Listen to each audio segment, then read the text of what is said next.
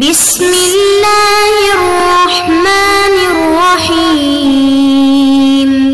اعوذ باللہ من الشیطان اللعین الرجیم. بسم اللہ الرحمن الرحیم. عزیز طلاب کرام، السلام علیکم ورحمۃ اللہ وبرکاتہ. امید ہے آپ سب خیر و عافیت کے ساتھ ہوں گے. فرائض الاصول رسائل حصہ سوم، سبق نمبر 7، استصحاب کے متعلق اہم مطالب کا بیان، مطلب اول کا دوسرا حصہ. صاحب کتاب جناب شیخ انصاری رحمۃ اللہ علیہ نے استصحاب کی تعریف مکمل کرنے کے بعد کچھ اہم مطالب کا بیان شروع کیا. ان میں سے مطلب اول میں ایک سوال اٹھایا تھا کہ استصحاب اصول عملیہ میں سے ہے یا ادلہ اجتہادیہ میں سے. تو اس سلسلے میں علماء میں اصولیین میں اختلاف تھا، دو گروہ میں تقسیم ہو گئے. اصولیین متقدمین گزشتہ علماء، گزشتہ زمانے کے علماء کا نظریہ تھا استصحاب ادلہ اجتہادیہ میں سے ہے. علماء متاخرین کا نظریہ یہ تھا کہ استصحاب اصول عملیہ میں سے ہے، اور صاحب کتاب نے متاخرین کے نظریے کو مان لیا ہے. اور علماء متقدمین کی نظر میں استصحاب ادلہ اجتہادیہ میں سے ہے، اور اس کی حجیت کی دلیل حکم عقل ہے. اسی لیے علماء متقدمین میں سے کسی ایک نے بھی استصحاب کی حجیت کے لیے روایات سے استناد نہیں کیا ہے. البتہ شیخ طوسی رحمۃ اللہ علیہ علماء متقدمین میں سے ہے، اور انہوں نے ایک روایت ذکر کیا ہے ان لوگوں کی مدد کے لیے جنہوں نے استصحاب کی حجیت کو مانا ہے. استصحاب کی حجیت کے قائلین کی مدد کے لیے انہوں نے ایک روایت ذکر کیا. اس روایت کے بارے میں صاحب کتاب شیخ طوسی پر تنقید کرتے ہیں اور اشکال کرتے ہوئے فرماتے ہیں: مصنف کی جانب سے شیخ طوسی پر تنقید. شیخ طوسی رحمۃ اللہ علیہ نے کتاب عدہ میں استصحاب کی حجیت کے قائلین کی مدد کے لیے ایک روایت ذکر کیا ہے. روایت یہ ہے: ان الشیطان ینفخ بین الیتی المصلی فلا ینصرفن احدکم الا بعد ان یسمع صوتا او یجد ریحا. روایت نبوی ہے. پیغمبر اکرم صلی اللہ علیہ وآلہ وسلم کا فرمان ہے: ان الشیطان ینفخ، بے شک شیطان پھونکتا ہے، پھونک مارتا ہے، بین الیتی المصلی، مصلی کے مقعد میں پھونک مارتا ہے. فلا ینصرفن احدکم الا بعد ان یسمع صوتا او یجد ریحا. تو اس صورت میں رسول اکرم فرما رہے کہ فلا ینصرفن احدکم، تم میں سے کوئی بھی نماز کی حالت سے منصرف نہ ہو. اگر نماز پڑھ رہا ہو اور انسان کو محسوس ہو گیا اس سے ہوا نکلی ہے اور در حقیقت یہ شیطان کا دھوکہ ہے، تو پیغمبر فرما رہے کہ تم میں سے کوئی بھی نماز کو ترک نہ کرو الا بعد ان یسمع صوتا او یجد ریحا، مگر ان کی وہ آواز سنے یا بو محسوس کرے. تو بو محسوس کرنے کی صورت میں وضو باطل ہونا یقینی ہوگا، یا آواز سننے کی صورت میں اس کا وضو باطل ہونا یقینی ہوگا. نماز کو ترک کرنا پڑے گا، ورنہ نماز ترک نہ کرے. تو اس روایت کا مضمون یہ ہے کہ پہلے وضو کے حالت میں ہونا یقینی ہے. اب انسان کو شک گزرے کہ آیا میرا وضو باطل ہوا یا نہیں ہوا، تو وضو کے بقا پر حکم لگانا ہے. وضو کے بقا کا حکم لگانا ہے. اور اس حدیث کے ذریعے سے شیخ طوسی رحمۃ اللہ علیہ نے ان لوگوں کی مدد کرنا چاہا جو استصحاب کی حجیت کو مانتے ہیں. اس پر اشکال کرتے ہوئے صاحب کتاب جناب شیخ انصاری کا کہنا ہے کہ یہ بات تعجب آور ہے کہ جناب شیخ طوسی نے استصحاب کی حجیت کی تائید کی خاطر ایسی روایت پر استناد کیا ہے جو کہ اولاً سند کے اعتبار سے کمزور ہے، ثانیاً ایک مورد کے ساتھ خاص ہے. اب اس روایت کے سلسلے میں صاحب کتاب نے شیخ طوسی پر دو طرح کا اشکال کیا. ایک تو یہ روایت سند کے لحاظ سے ضعیف ہے تو سند کے لحاظ سے کمزور روایت کے ساتھ استناد کرنا درست نہیں ہے۔ دوسرا اشکال یہ ہے کہ روایت عامہ نہیں ہے، یعنی یہ روایت ایک باب کے ساتھ مخصوص ہے، باب طہارت، باب وضو کے ساتھ خاص ہے، اور ان روایات کو چھوڑ دیا ہے۔ شیخ طوسی نے ایسے روایات، ایسے احادیث کو چھوڑ دیا جو کہ روایت صحیحہ میں شمار ہوتے ہیں اور معنی کے اعتبار سے بھی عام ہے، جیسا کہ حدیث 400 کا یہ جملہ، من کان علی یقین فشک فلیمز علی یقینہ۔ شیخ صاحب فرما رہے کہ جناب شیخ طوسی نے استصحاب کے ثبوت کے لیے ان روایت کو ترک کیا جو روایت صحیحہ ہے اور معنی کے لحاظ سے بھی معنی کلی اور معنی عام رکھنے والی روایات ہے، جیسے کہ بطور نمونہ ایک روایت نقل کیا جو کہ روایت مشہور میں سے ہے اور اس کا نام حدیث 400 ہے، روایت 400۔ تو روایت 400 وہ روایت ہے، وہ حدیث ہے جس میں ایک ہی مجلس میں جناب امیر المومنین علیہ السلام نے اپنے اصحاب کو 400 علمی اصول اور علمی ابواب کی تعلیم فرمائی ہے، اور اس روایت کے شروع میں یہ الفاظ ہے کہ علم امیر المومنین علی علیہ السلام اصحابہ فی مجلس واحد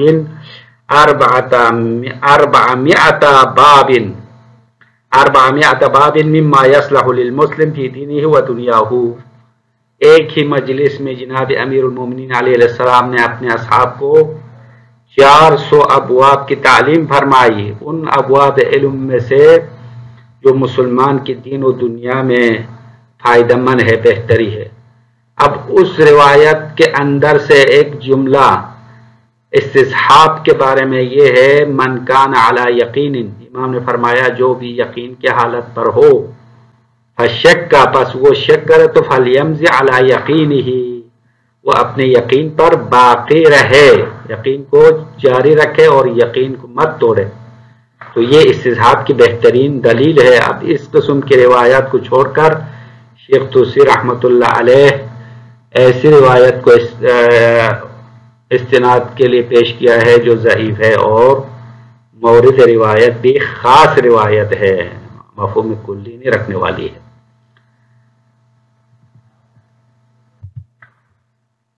استصحاب کی حجیت کے سلسلے میں سب سے پہلے احادیث پر استناد کرنے والا کون تھا؟ اب علماء کے دو گروہ ہو گئے، علماء متقدمین اور علماء متاخرین۔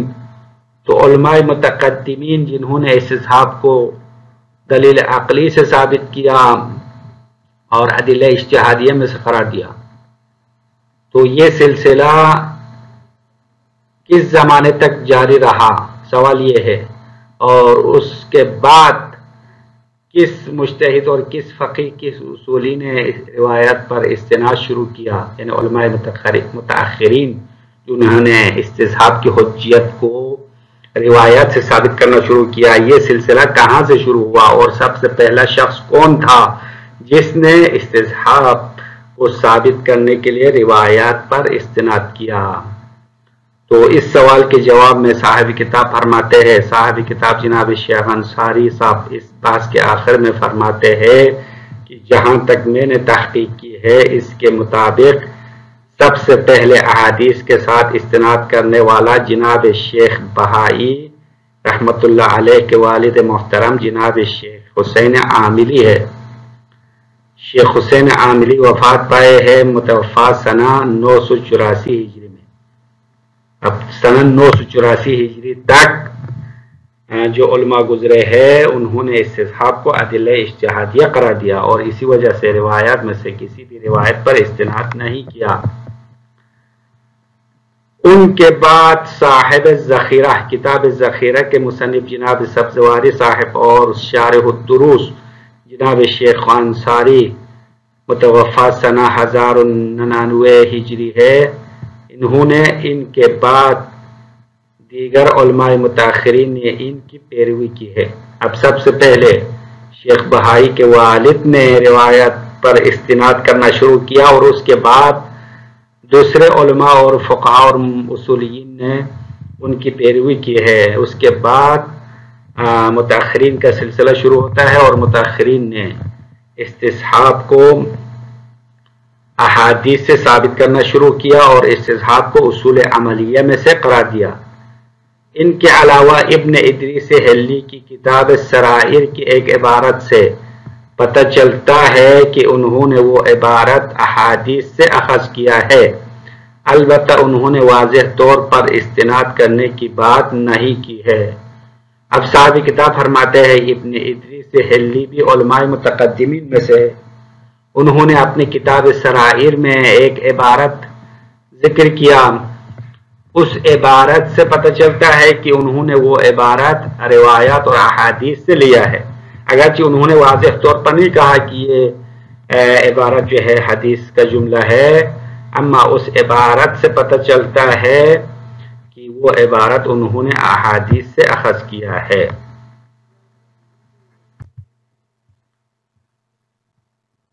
نعم ذکر فی العدۃ، اب ان مطالب کی عبارت پڑھیں گے، عبارت کا ترجمہ شروع کرتے ہیں۔ نعم ہاں، صاحب کتاب کہتے ہیں ہاں، ذکر فی العدۃ، جناب شیخ طوسی نے کتاب عدہ میں ذکر کیا ہے، انتصارا للقائل بحجتہ، ان لوگوں کی مدد کی خاطر جو حجت استصحاب کا قائل ہے، معروی عن النبی صلی اللہ علیہ وآلہ وسلم، انہوں نے اس روایت کو ذکر کیا جو پیغمبر اکرم صلی اللہ علیہ وسلم سے منقول ہے، کہ روایت کے الفاظ یہ ہے، ان الشیطان ينفخ بين اليتي المصلي فلا ينصرفن احدكم الا بعد ان يسمع صوتا او يجد ريحا، بے شک شیطان مصلی کے دونوں الیتین کے درمیان پھونک مارتا ہے، یعنی اس کے مقعد میں پھونک مارتا ہے۔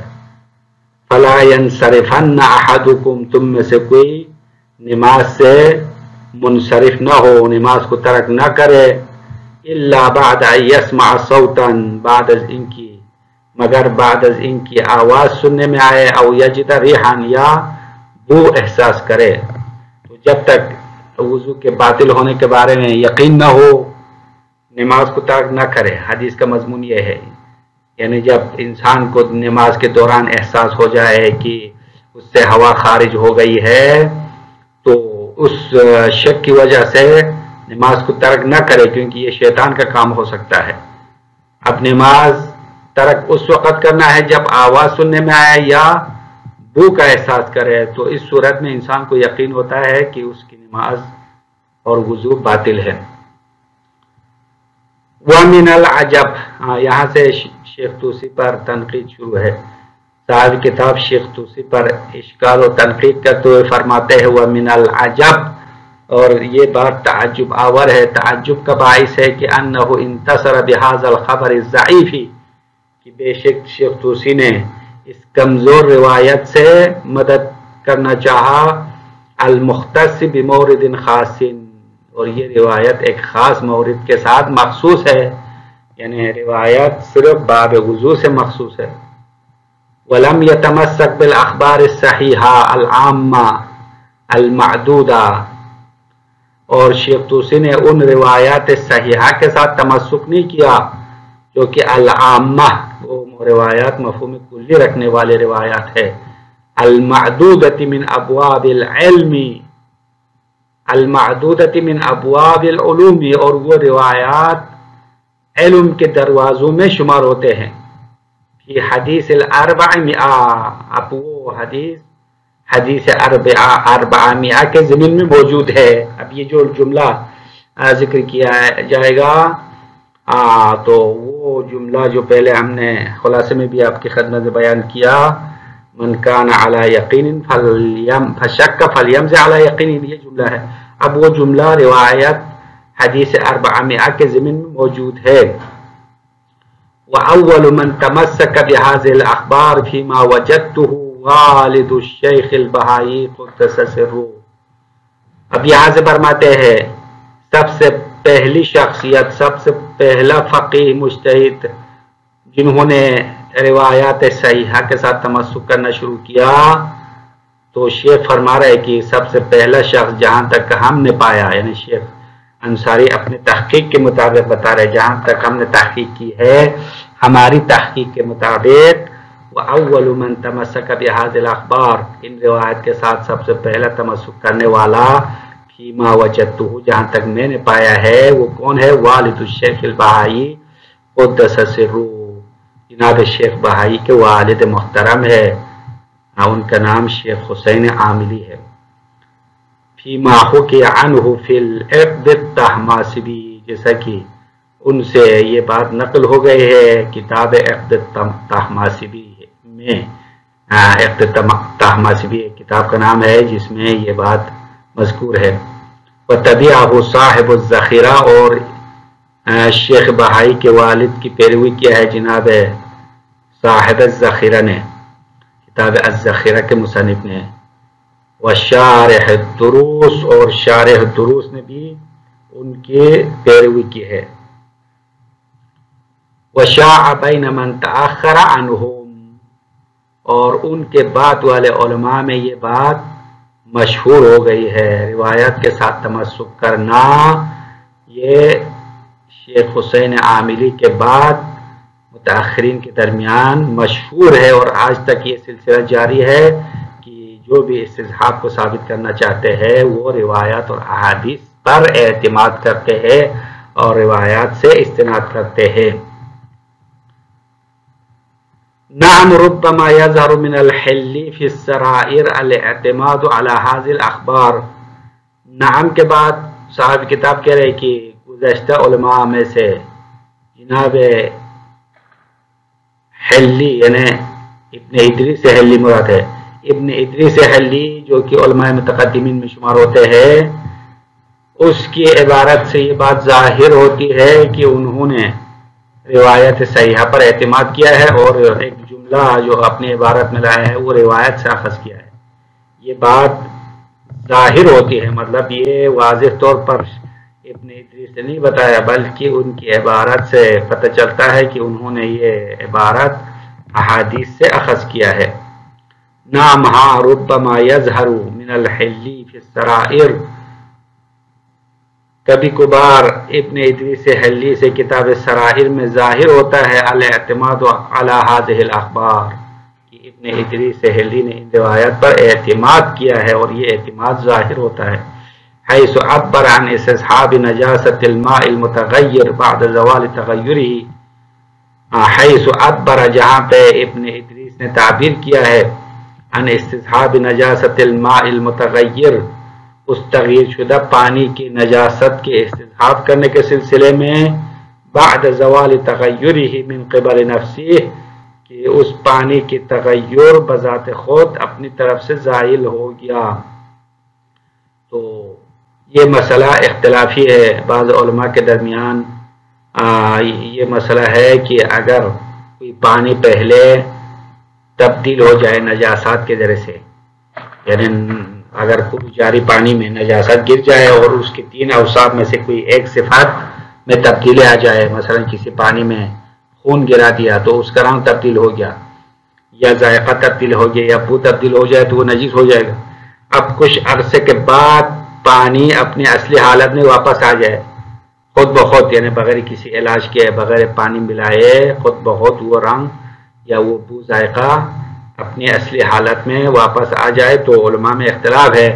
بعض علماء کا کہنا ہے کہ وہ پانی نجس ہی رہے گا، اور ان کے پاس استدلال کے لیے استصحاب کی دلیل ہے کہ پانی متغیر کے حالت میں نجس ہونا یقینی ہے، پہلے اس کا نجس ہونا یقینی حالت ہے، اور تغیر زائل ہونے کے بعد انسان کو شک ہوتا ہے کہ آیا اس کی نجاست باقی ہے یا نہیں، تو ابن ادریس حلی نے اس کی نجاست کے باقی ہونے کے لیے تمسک کیا ہے اس جملے کے ساتھ بھی، عدم نقض الیقین الا بالیقین، کہ انہوں نے کہا ہے کہ یقین کو نقض نہیں کرنا چاہیے الا بالیقین، مگر یقین کے ذریعے سے نقض کیا جا سکتا ہے، یعنی بعد والی حالت بھی یقینی ہو تو پہلے یقین نقض ہوگا، پہلا یقین ترک کیا جائے گا، لیکن یہاں پہلا یقین ہے بعد میں شک ہے، تو شک کے ذریعے سے یقین کو نقض نہیں کرنا ہے، اور اس جملے کے ساتھ انہوں نے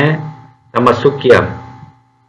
وَهَذِهِ الْعِبَارَةُ الظَّاهِرُ أَنَّهَا مَأْخُوذَةٌ مِنَ الْأَخْبَارِ، اور صاحب کتاب جناب شیخ فرماتے ہیں یہ عبارت یعنی عدم نقص الیقین الا بالیقین، یہ عبارت اس عبارت سے یہ بات ظاہر ہوتی ہے کہ انہا ماخوذۃ من الاخبار، یہ عبارت اور یہ جملہ انہوں نے روایات سے اخذ کیا ہے۔